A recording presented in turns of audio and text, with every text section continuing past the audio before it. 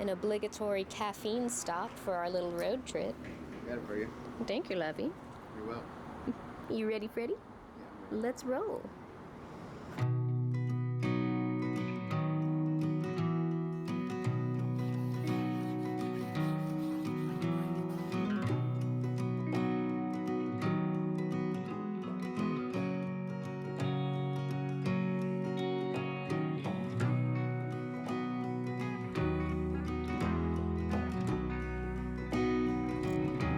We are on our way to Savannah, Georgia. I don't know where I'm going. Yes, he does. So what's happening, my cousin and his aunt, or my cousin and my aunt are moving up here to South Carolina. And Will and I are driving down to help my cousin and his mom move up here. So first stop is Savannah, Georgia. And then tomorrow we'll bump around in Florida in whatever town we choose. We haven't quite decided yet. And then we'll be coming back up the next day with my cousin and his mom. It's good stuff. Good things are to come, and I'm really excited that they're moving up here. You didn't say Savannah, Georgia. What did I say? Savannah, Georgia. Savannah, Georgia. Like molasses rolling off of your tongue. Somebody yelled this part. I won't do that for the tube.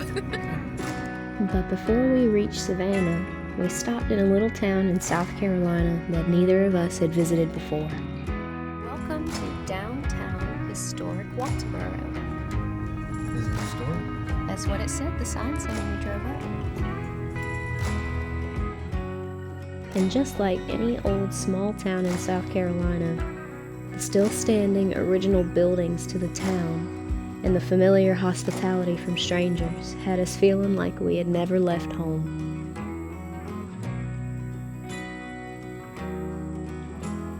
Seashell sidewalks leading to cheerful storefronts and the beautiful landscaping had us wondering how we had never visited here before.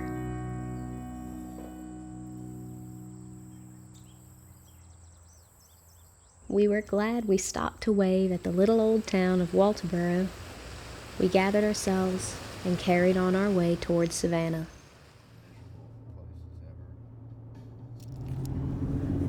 So I had to inquire, I was curious. Y'all ever been on the interstate or any highway and you end up slowing down? And there's really no good reason. But I do understand, there's congestion and high volume. But Will had a really fun alternative term for it. What was it, Lovey? A big nothing burger. A big nothing burger. Just slow down and sped back up. There's nothing, no wreck, nothing. It's just. Well, nothing. That made me chuckle, and I felt like we should share that on the internet today. And just in case you'd forgotten that we were traveling through the Bible Belt. You got two horrible ones. Back to back.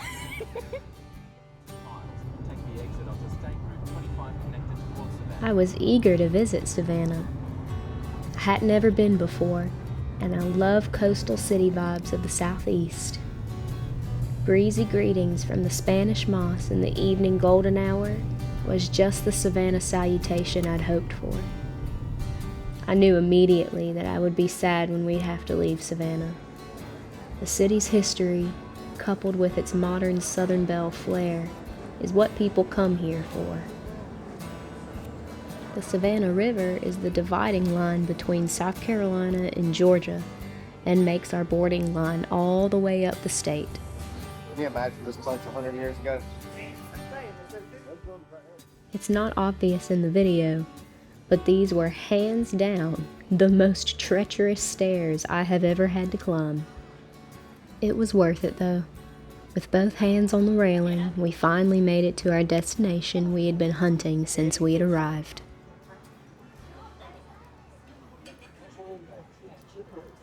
It says Candy Kitchen over there. Oh, cool. We found the Candy Kitchen. Let's go get some taffy.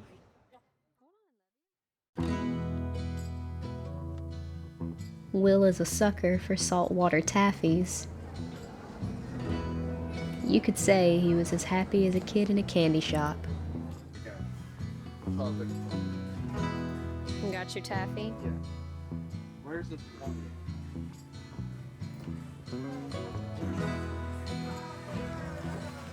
I think I got every flavor. Having a little something sweet was the perfect way to end our day. So hey, beautiful lady. How's the pineapple ice cream?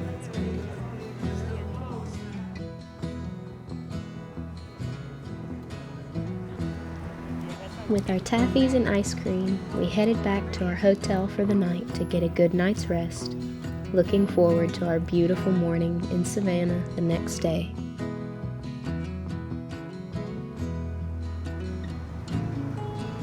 That morning light through the trees didn't disappoint, and our walk to get breakfast was quiet down the little side streets.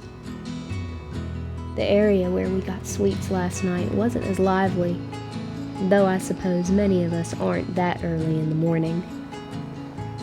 It seems to me that freedom rings in this city, and I couldn't help but take the liberty to indulge. Having a stout breakfast, shrimp and grits, and a sausage gravy biscuit.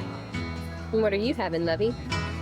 Water and crab cake Benny. It's delicious. There you have it. Whoever is in charge of landscaping in Savannah has an artful eye. Every corner we turned had intentionally placed plant life, and every quiet park to sit and rest was well manicured. Our server at B. Matthews recommended this little coffee joint to us. The creativity and effort it takes for small business owners to bring such life to their work deserves more than an applause. Every small business that we visited while in Savannah contained more soul than any corporate business chain could ever wish for. I can't say I would ever trade my home to live in the city, but if I were to live in any city, Savannah would be it for me. We kind of stumbled upon this Revolutionary War era cemetery. We did our best to decipher the weathered tombstones, and we bowed our heads to honor these hallowed grounds. We spent good time taking in this hauntingly beautiful garden of remembrance, and proudly remembered those that came before us, and everything it took for us to be called Americans today.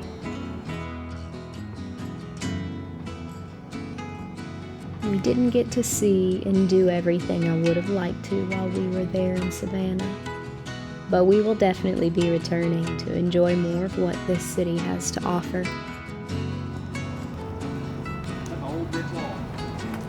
But before we left, we had to see the site where Forrest Gump sat on the bench and told his infamous story to any passerby. We found out that the bench was a prop for the movie and was not actually there on the square, but is kept in the Savannah History Museum. And yes, we will be visiting the museum when we come back to this gemmed Southern Belle City.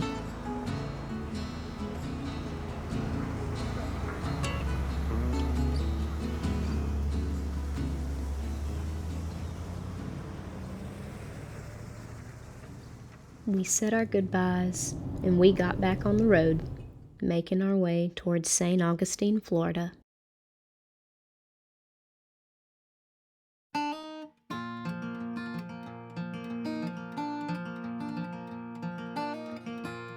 We have our favorite road tripping music artists that we whip out, and we listen to our favorite tried and true tracks. It only made sense that walking back to Georgia would be one of them. We decided to stop in Brunswick, Georgia at the Hawful Broadfield Plantation. We didn't have time to tour the house, but we walked the expansive entrance of the grounds. Beef.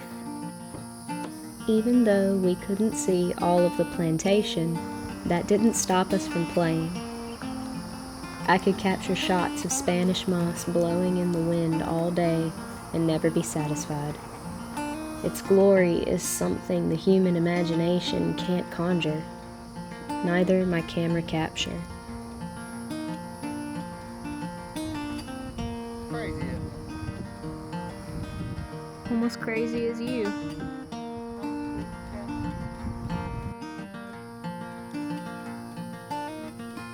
We stayed long enough to get these fun shots, and then we got ourselves back on the road. Being out here in the low country makes me remember my bucket list and how I'd still like to ride on one of those marsh fan boats.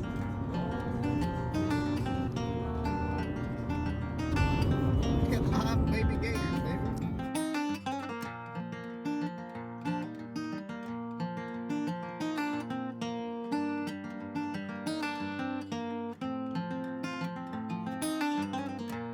And a hop, skip, and a jump later, we were in St. Augustine.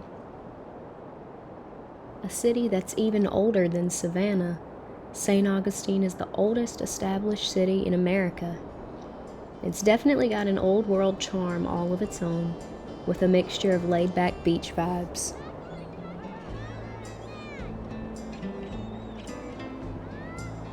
We came because I wanted to show Will the Spanish Fort Castillo de San Marcos.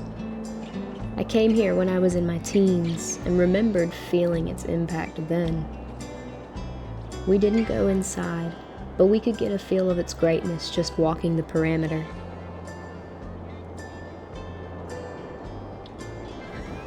Taylor's getting interviewed by Sky News London. They're here doing something about the fort. She just kind of stumbled on it. It's funny. And this was actually Sky News London Arabic, where it is translated in Arabic.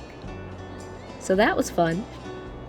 Little did Will know that he would be roped into being interviewed as well.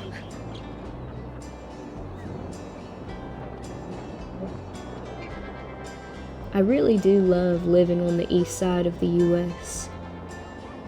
Pretty much everywhere you go here, you'll find something monumental that has been preserved from this country's past. This fort is such a presence here in St. Augustine. Learning of its history, it serves as a reminder of where this country started. The culture of this city and America has evolved from this starting point. And it's food for thought, thinking of what the generations from 300 years ago would think of it now. I had not been here in well over a decade, and the nostalgia of returning made me glad that this was where memory lane led me today.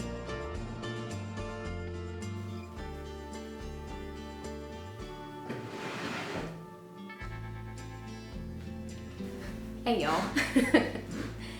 So, I hope you really enjoyed this video. We are coming to the end of it here, and I had to create an ending because unfortunately I didn't capture one. We got into St. Augustine and it was already pretty late, and we still had about 6-7 hours left of driving till we would reach my aunt and my cousin. So our time in St. Augustine was cut a little shorter than I wanted it to be, but we still got to see some really fun things and do all the touristy things. But we got to my aunt and my cousin and it was so late. We were exhausted. We've been driving and experiencing so much. We were so tired. And then the next morning we woke up early and we started helping them get the rest of the things that they had left onto the truck and into our cars and everything. We all ended up splitting up and driving in different cars, and I ended up driving the whole way back. With me driving all the way back up, I wasn't able to get any shots of our drive back, and we also didn't make any stops. We were go trying to get home, and we got back pretty late that night. But the trip was awesome. It was fun. It's always fun when I'm with Will, when we go road tripping together. But I hope you really enjoyed this video, and I plan in the future whenever we travel to create content much like this and share it on the channel here as Honeybee Hollow Travels. But until next time, y'all.